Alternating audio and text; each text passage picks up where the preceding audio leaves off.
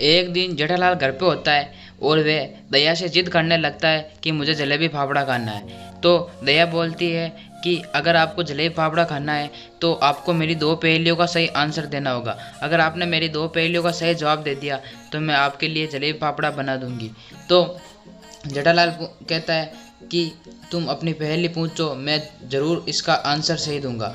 तो दया भाभी अपनी फर्स्ट पहेली पूछती है।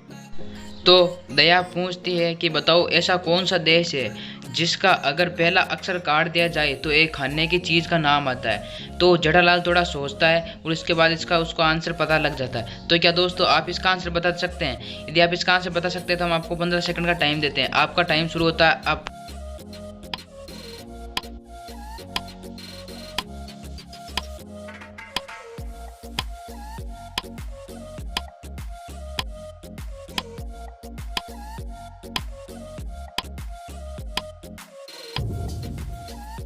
तो क्या फ्रेंड्स आपको इसका आंसर पता चला तो बहुत ही बढ़िया। अगर नहीं पता चला तो मैं ही बता देता हूँ। इसका आंसर है दोस्त जापान। अगर जापान का जा काट दिया जाए तो एक पान बनता है पीछे के बचे अक्षरों से। तो पान है खाने की चीज़। तो जेठालाल पहली का सही आंसर देता है। इसके बाद दया उससे दूसरी वाली पहली पूछती है। तो दया सेकंड वाली पहली पूछती है और कहती है कि बताओ ऐसा कौन सा पेड़ है जिसके ऊपर हम चढ़ नहीं सकते। तो जेठालाल थोड़ा सोचता है और इसके बाद उसका आंसर उसे पता चल जाता है। तो क्या दोस्तों आपको इसका आंसर पता चला तो बहुत ही बढ़िया। अगर नहीं पता चला तो हम आपको 10 सेकंड का टाइम देते हैं। आपका टाइम शुरू होता है अब।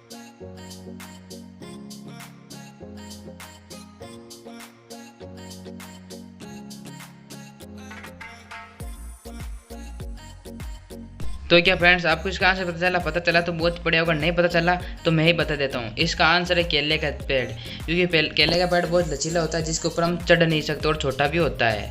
सो फ्रेंड्स अगर आपको पहली पसंद है तो वीडियो को लाइक करना, चैनल पर नए हैं चैनल को सब्सक्राइब करके बेल आइकन को ऑल पे सेट कर लीजिए ताकि हमारी हर एक न्यू वीडियो की नोटिफिकेशन आपको जल्द से जल्द मिल सके। तो चलिए बढ़ते हैं हमारी अगली पहेली की तरह।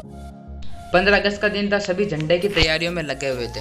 तभी बबीता जी के घर से चिल्लाने की आवाज़ आती है और जैसे चिल्लाने की आवाज़ आती है तो बबीता जी के घर पे पहुंच जाते हैं जेठालाल, अय्यर और पोपटलाल। तो वे तीनों वहाँ पे पहुंच जाते हैं। इसके बाद जेठालाल पुलिस को फ़ोन करता है और पुलिस को बुलाता है। तो पुलिस इंस्पेक्टर वहाँ पे आ जाते हैं और वे तीनों से एक एक करके पूछताछ करते हैं। तो पुलिस इंस्पेक्टर सबसे पहले जेठालाल से पूछते हैं कि बताओ जब बबीता जी का खून हुआ तो तुम कहाँ पर थे। तो जेठालाल बोलता है मैं तो झंडे की तैयारी में नीचे सोसाइटी का काम कर रहा था। उसके बाद पुलिस इंस्पेक्टर अय्यर से पूछते बताओ जब बबीता जी का खून हुआ तो तुम कहाँ पर थे। तो अय्यर बोलता है कि मैं तो यहीं पे घर पे था, कुछ काम कर रहा था अपना ही। और इसके लास्ट में पुलिस इंस्पेक्टर पोपटलाल से पूछते बताओ जब बबीता जी का खून हुआ तो तुम कहाँ पर थे। तो पोपटलाल बोलता है मैं तो बैंक में पैसे जमा कराने के लिए गया था। तो इन तीनों की बात सुनने के बाद पुलिस इंस्पेक्टर थोड़ा तहकीकात करती है और उसके बाद उसका पता लगा लेते हैं कि खूनी कौन है। तो क्या दोस्तों आप बता सकते हैं इन तीनों में से खूनी कौन है? अगर आपको इसका आंसर आता है तो अपना आंसर जरूर कमेंट कीजिएगा और अगर नहीं आता तो हम आपको 15 सेकंड का टाइम देते हैं। आपका टाइम शुरू होता है अब।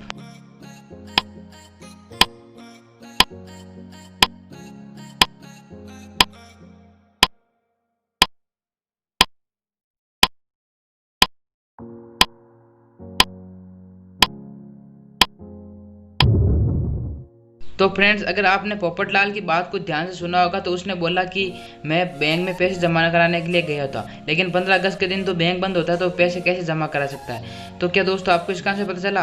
तो चलिए बढ़ते हैं हमारी नेक्स्ट पहेली की तरफ। सो फ्रेंड्स इस पिक्चर को ध्यान से देख कर बताइए इन तीनों में से किन को फांसी लगने वाली है। तो हम आपको 10 सेकंड का टाइम देते हैं अपना आंसर कमेंट करने के लिए। तो आप अपना आंसर जरूर कमेंट कीजिएगा। चलिए आपका टाइम शुरू होता है अब।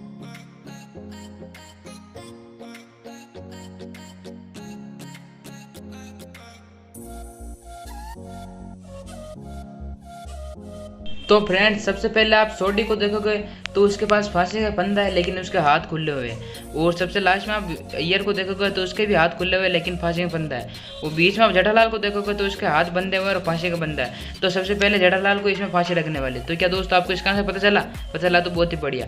तो दोस्तों आज की वीडियो में बस इतना ही। तब तक के लिए जय हिंद, वंदे मातरम। अगर वीडियो पसंद है वीडियो लाइक करना, चैनल पर नए हैं चैनल को सब्सक्राइब करके बेल आइकन को ऑल पे सेट कर लीजिए।